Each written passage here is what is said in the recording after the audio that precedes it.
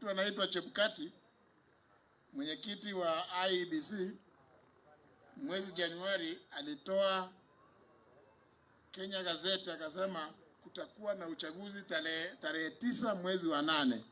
Mnajua hivyo? Sisi wengine tulikuwa katika shughuli ile ambayo Bishop, nataka kushukuru Bishop, wamesema kazi yangu ni kule bungeni. Unajua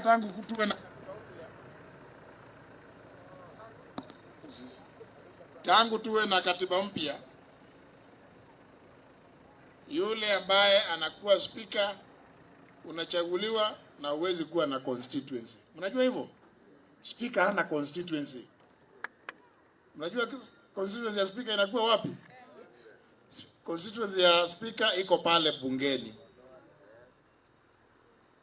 Si hapa ni Laikipia East. Hapa ni pahali ya anaitwa Dedi.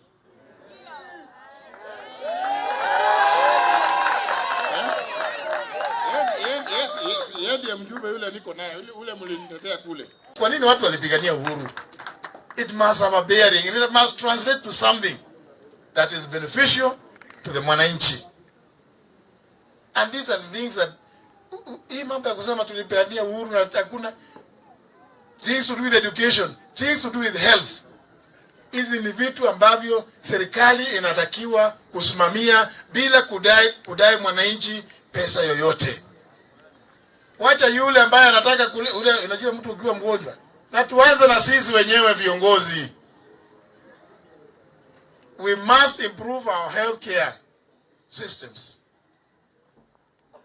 Iwe wewe ukiwa kiongozi, ukiwa mjumbe, mheshimiwa, waziri, ukiwa mgonjwa unaenda pale hospitali hapa tuna Yuki Town. Because kwani hiyo hospitali wewe ni binadamu tofauti na yule mwingine. Unajua lazima sisi viongozi lazima we must lead by example. That is the point I'm making. We must improve our healthcare delivery systems. Na wale madaktari tumesomesha katika nchi hii ni wataalamu. They are in high demand kwa nchi zingine. We must have faith in our own. Si kama tunaelewana? Lazima because kama hatuwezi kuamini wale ambao sisi wenyewe tumefundisha, tumeelimisha, tumetumia pesa nyingi kuelimisha. Ati wale wanawadhamini zaidi ni wageni. Ni watu wa nje. Then it means that we are failing as a country. Let us also arrest that situation because it leads to brain drain. This when we become all that poorer, all the more poorer. Wakati our experts, madaktari, wamesomea hapa, alafu wanachukuliwa ngambo. Alafu viongozi mtu akisikia kidogo anaumwa na kichwa anaenda hospitali private. Kwa nini? Na mwananchi. So these are the things that we at the Democratic Party, among some of the things that we are focusing on. The economy, for the benefit of mwananchi, healthcare, socio-economic issues which affect mwananchi. And I've said, it is unfair ati nchi hii katika wizara 22 ni wizara moja ati inaambiwa ya youth. Na hata ikitengezwa hiyo ya youth inakuwa department. Surely, are we being fair? The youth comprise more than 70% of the population of this country.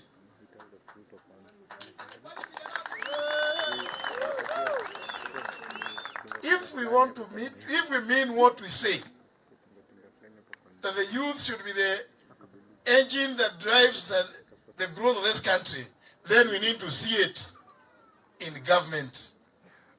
All government ministries must be youth-centric. Na nimesema mara kwa mara, mkiangalia pale nyuma mzee Jomo Kenyatta, ile cabinet alikuwa nayo ilikuwa ya very young people, and that's why they were able to dream and dream well for the country. And that's how Mr. Jomo Kenyatta was able to lay a very firm foundation for the development of this country. Because he embraced the youth. That is what I intend to do. Mkinishika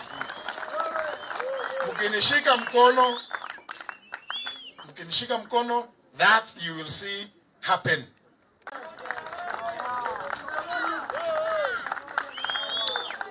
Because we must believe in our own. We can't have 70% of the population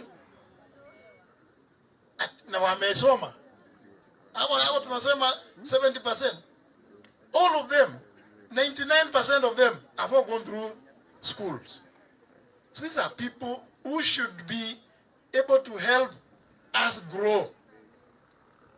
Actually, majority of the Kenyan youth wanataka kupewa opportunity. Give them opportunity to showcase their brains. So it's just an enabling environment that we need to create as a country. Ndio tuweze kuwa kama nchi zingine. Hizo tunasema East Asian Tigers. It is not too late. We can do it. It is doable. If others have done it, we can also do it ourselves. And we must begin by believing and trusting in our ability. Sisi wenyewe lazima tujiamini. We must have faith in ourselves. I know this youth, kuna mradi meona juzi umeanzishwa na serikali. Unakuta youth wanaajiriwa, wanaambiwa internship mwaka mmoja, 12 months.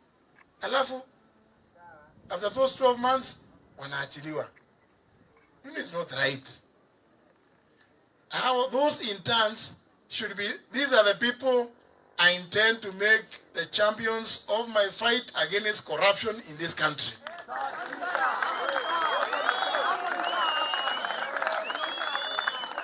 Because a lot of the problems in this country are not as a result of lack of ideas.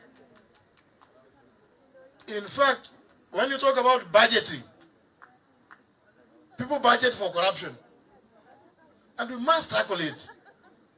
The people who should lead in that war are the youth of this country. Because they stand to gain the most. And therefore we should invest in them. Let us not just take interns for 12 months. After that, at where you're on your own. It is not fair. Hawa ndio wale, alafu tena unajua tumepoteza pesa nyingi sana tukisema tunachunguza ufisadi. Ukisikia mtu mmoja amekamatwa amepelekwa kotini, siku ya kwanza ndio utasikia hiyo hadithi. For 5 years hautasikia ni nini kinaendelea. Mwisho unasikia unarudi kukuta yule aliambiwa alikuwa amepora mali, mko na yeye tu. Unashindwa kwani ilipotelea wapi hiyo? The people to help fix this are the youth of this country.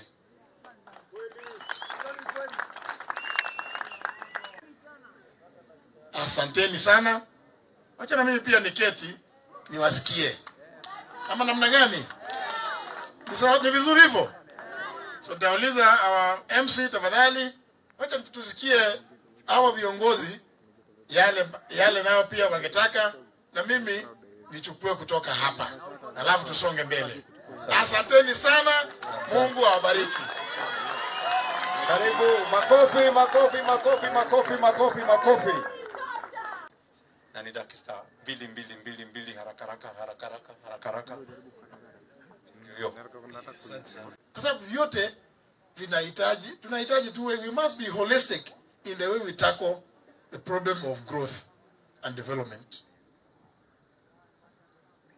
Wananchi wa Nanyuki, ndio nisiongee sana kwa sababu hata mimi ningetaka kuwasikiza. Unajua kama speaker mara nyingi sana hata unajua kwa sababu nimekuwa mara nyingi mimi sizungumzi kule. Sasa naweza ongea sana hapa. Nikiona nyuso zenu zinanipendeza. So naweza ongea sana. Lakini ni vizuri pia na mimi niwasikize. Ama namna gani? Haya mazungumzo These are what we call consultations. Ndio na mimi pia nisikie wakazi wa Nanyuki, East, West, sijui pande ya North kama wako, lakini tutapanga huko kote. Lakini let me also hear from you. Lakini niwaombe tafadhalini, wale ambao viongozi mmekuja hapa leo, first of all, niwaombe, are you ready to join me in the Democratic Party of Kenya?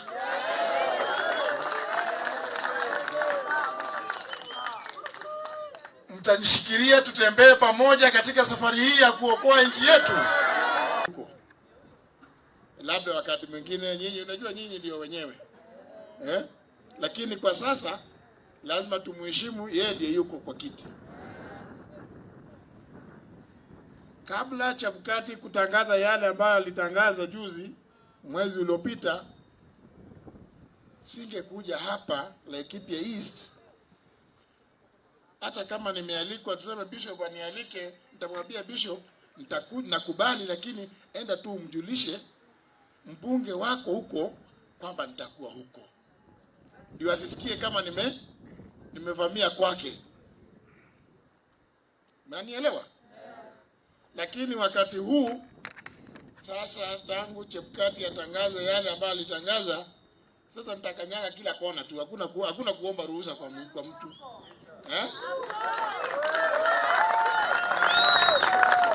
Sasa wakati huu hakuna mtu atauliza kwa nini ulikuja kwangu bila kuniarifu. Hakuna. Sasa ni wakati ya sisi kila mmoja ambaye amejibwaga uwajani kutembea kona zote. Na watu wengine wamesema ati muda umeisha. Muda hujaisha. Muda hujaisha kwa sababu ule ambaye alichaguliwa kuwa rais bado yuko katika kiti na anaendelea na kazi yake, na tunamheshimu Mheshimiwa Uhuru Kenyatta. Si ni kweli? Ule mbunge yako hapa bado ndiye yako kwa kiti. Sasa lakini mnajua kwa tangu Chebukati atangaze, si wengine wamejitokeza pia? Hata hapa mimi nawajua. Unajua ni marafiki zangu wote hao. Kwa hivyo sasa wakati ndio huu. Kwa hivyo mtu kusema ati kuna wengine walikuwa wametangulia, unajua kutangulia, basi nyinyi wenyewe ndio mwajua hiyo maneno kabisa.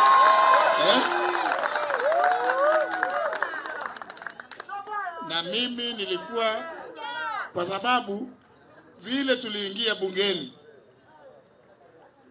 tuliingia kwa chama cha Jubilee.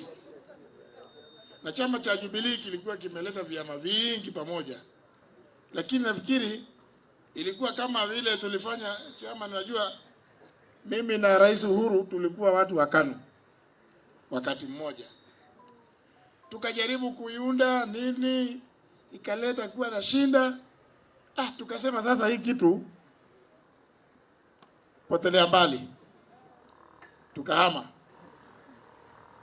Wale mlikuwa Nairobi juzi Jumapili, mlisikia Mheshimiwa Senator wa Nairobi Sakaja akiwaambia, wakati huo nilikuwa nimepewa jukumu ya kujaribu kutengeza kama KANU hii kitu inaweza tengezwa ikiwe kitu ambayo inaweza patiwa mbele watu wainunue kweli. Ikashindikana. Ndio tukatengeza the National Alliance, TNA. Si mnaifahamu hata hiyo? Na mimi tukaenda kule tukashikana na chama URP mwaka wa 2013, tukaunda serikali pia. Lakini wale ambao wako mbele hapo kama chairman wanajua kama mkienda hii unasikia watu wanaingiana miungano itakuwa kama ile tulifanya Kasarani sisi tukiwa KANU mwaka wa 2002 tarehe 18 mwezi wa 3, tukameza KANU tukiwa KANU tukameza katrakta lakini bila kuzima. Kakaendelea kunguruma miezi mitatu minne, kakachomoka. na kutoka hapo KANU ikaanza kusambaratika. Kwa hivyo ndio vile umesema Bishop, ni kweli. Nimekuwa nikiangalia sana. Na nikiwa pale bungeni mimi naona hizi wabunge wote mimi nawajua. 349. Huwa wanashangaa sana mimi nikiambia wewe ni mbunge wa Laikipia North Sara, wewe ni wanauliza huyu mtu kwani anajuaje? Na pia hata mkijificha, mimi unajua kuna wengine wako huku wakija kuomba kura wanakuwa vigogo. Lakini wakifika kule sijui wanaona wengine wanaanza kukaa kama kuku amenyeshewa. Kule wanakwenda I'm sure you people here in Laikipia mnajua kuna wabunge mnawachagua wakija huku vijijini wanawika kabisa, lakini kule jijini anakuwa jogoo wa shamba. Si mnajua jogoo wa shamba na hawezi kufanya nini? Lakini wote nawajua tu. So nikiwa pale napima huyu ni wa chama gani. Na kwa sababu ni haki, kila mmoja apewe nafasi ya kusema maneno yake. Si umemleta kule bungeni kuwakilisha. So mimi huwa nimestand maneno ya vyama sana. Bunge lililopita, na nimekuwa nikisema mara kwa mara, wale ambao wamenisikiza kwa radio, kwa TV, haya maneno nimekuwa nikiangazia sana. Nimesema hakuna makosa yoyote kwa chama kuwa na ngome yake sehemu fulani ya Kenya. Mnanielewa hiyo? Yaani everybody has their base. Ni kweli? Kila mtu awe na base yake. Lakini ukishakuwa chama ambao umesajiliwa, ni lazima uondoke pale kwa base uanze kutambaa katika nchi. Lazima utambaye kule kwingine ndio uimarike. Na kwa hivyo vyama mimi nikiwa pale bungeni nimekuwa nikistandi mambo ya vyama sana. Hebu niwaulize jameni. Nione kama mnajua watu wa Laikipia ama nakuja kupeana hadithi ambapo watu hiyo lakini haina shida. Nimesema mambo ya vyama vya kisiasa. Mnajua vyama vingapi hapa? Kuna chama ya DP. Kuna chama kule bungeni kinaitwa ODM. Mshakisikia? Ngome yake iko wapi? Mnajua base yake? Mnajua chama inaitwa Ford Kenya? Ngome yake iko upande gani? Na ANC huko na Wiper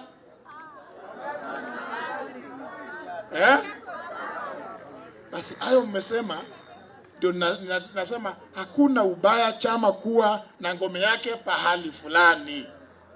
Kwa hivyo hata hapa sehemu ya Mlima Kenya tuna haki ya kuwa na chama ambacho tunasema hapa ndio nyumbani ya chama fulani.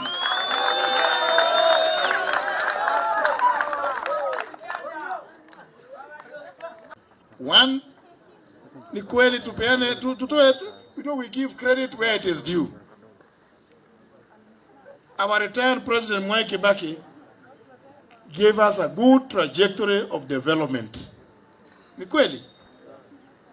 Uhuru amechukulia pale naye ameongezea zaidi. Basi sasa imefika pahali because it is important. Infrastructure is important for any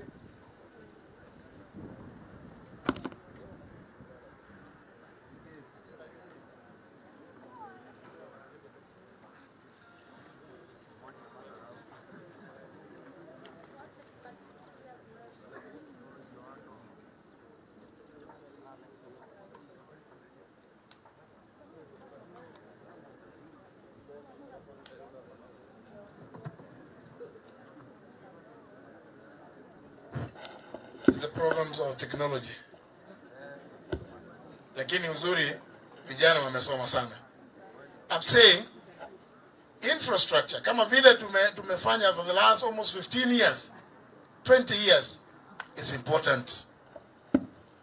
Lakini sasa imefika pahali lazima sasa tuangazie zaidi sasa the economic well-being of the person, of the individual. Mwananchi sasa. Ni kweli mabarabara tumejenga na nini, lakini sasa tuangalie vile mwananchi mwenyewe sasa ataweka pesa mfukoni mwake.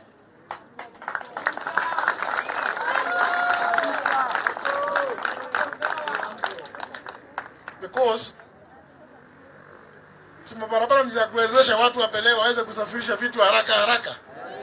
Sasa lakini sasa si lazima sasa tutoke hapo, tumulike sasa mfuko vile mwananchi atapata pesa mfukoni.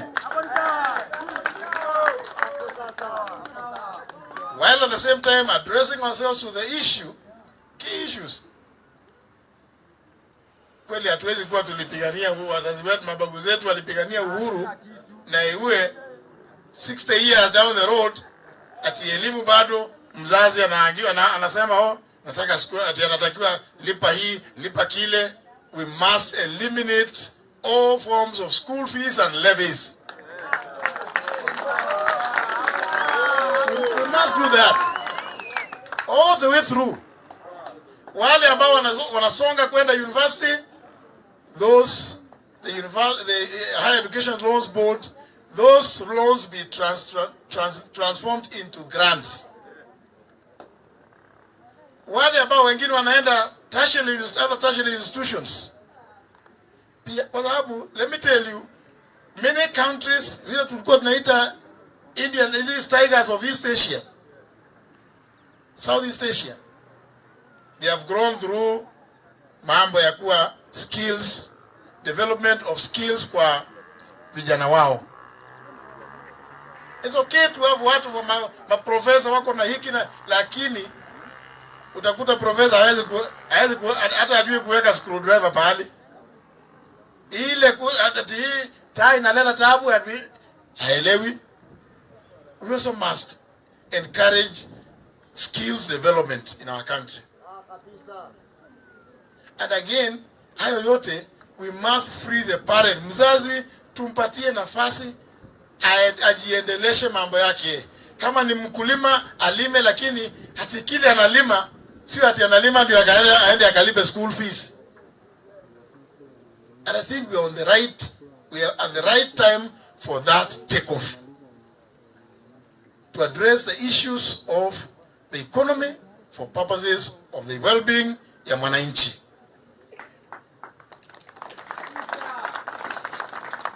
Kama ni mambo ya elimu, tuiangalie kwamba mzazi hana la kurudi nyuma ati wewe nitatoa school fees wapi, ati naitwa pesa ya kwenda michezoni nini. The government, this economy has grown. Sisi tumesikia rais juzi amesema he inherited a 5 trillion economy and is going to leave it at 13 trillion. That 13 trillion must have a bearing on the ordinary Kenyan. Nikiuliza ni wangapi hapa walikuwepo? Ndio sasa tunaanza kuimbiwa. Na tukija pale kwa barabara muziki lelo hiyo ilikuwa inaimbiwa Jaramogi 1964. Hiyo ndio sasa tunataka. Surely we need to focus into the future, but to do that we need to understand where we are. Na kwa sababu ningetaka pia kusikia kutoka kwenu kina mama. Unajua kina mama, you are the backbone of the economy. Si kweli? How is it that for close to 60 years we still talk about hunger?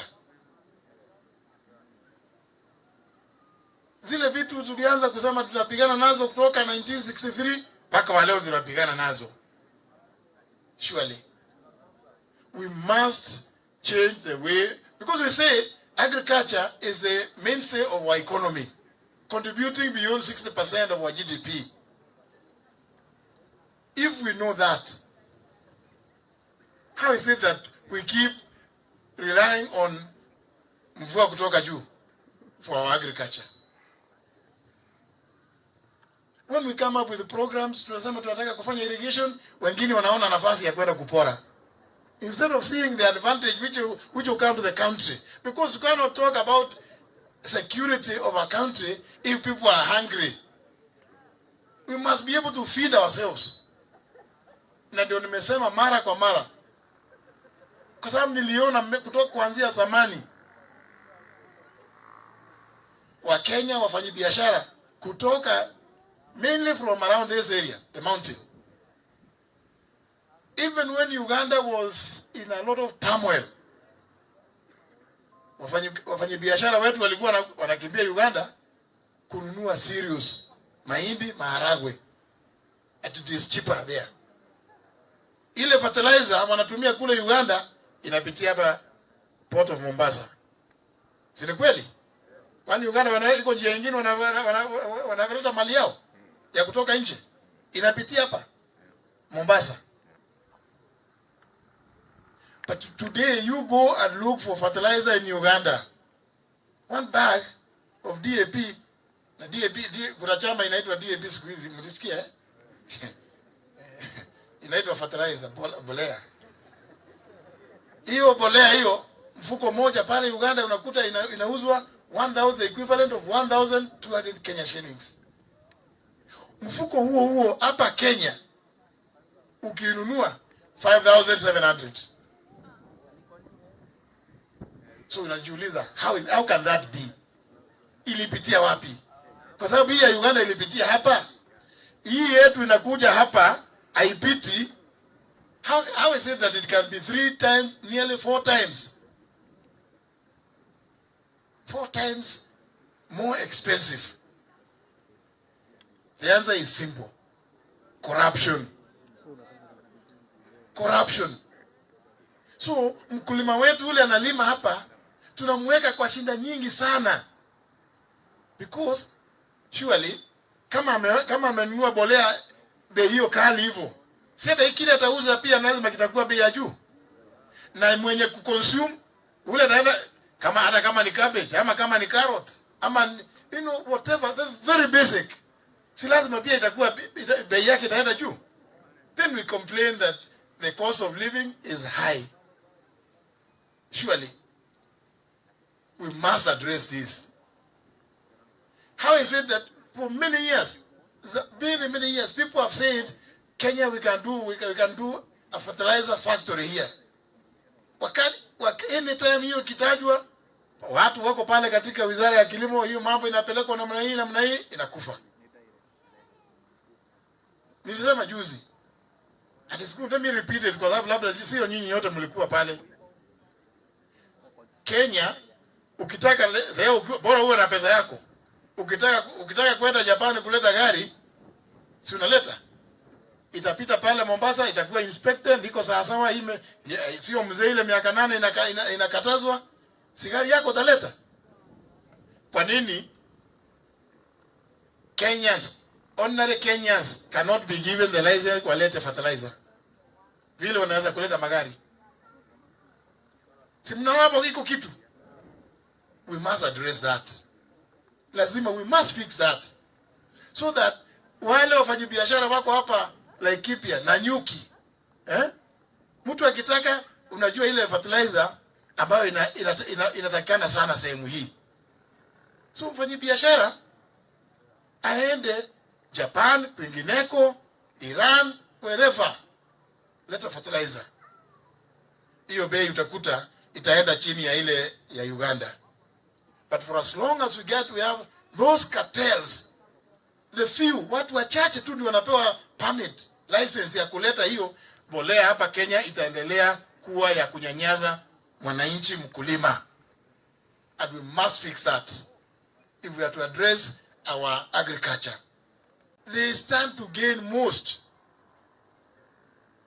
It cannot be at execution budget as regard. Now we are talking about over 3 trillion budget. But 30% of it Sababu auditor general for the last 40 years kila mwaka anatuambia hii iliporwa, hii iliporwa, hii iliporwa. Wenye walipora wako tu muhimu tu. Surely we would have to be, unasemekana is only a fool who does one thing the same repeatedly expecting different results. We must change that. Kwa hivyo mimi watu wananyuki, watu wa Laikipia, nimejitolea na nikasema kwanza kabla ya kufanya ile mikutano ile tunasema road shows kule, kwanza nije tuzungumze na viongozi. Nyinyi ndio viongozi. Nije tuzungumze kwanza, munielewe na mimi pia nisikie kutoka kwenu, ndio nami niwaelewe. Ama namna gani? Ni vizuri kufanya hivyo. Kwanza tuzungumze pamoja, kwa sababu nikija napanda gari pale kwa barabara, tutakuja nasema mimi nafanya hivi, sijui gani. Tumesikia mambo hiyo. Eti tunasema hii sijui mambo mengine ya zamani sana inaitwa sijui Azimio. Ilikuwa inaimbiwa Jaramogi 1964. Hadi sasa ndio tunaimbiwa sasa.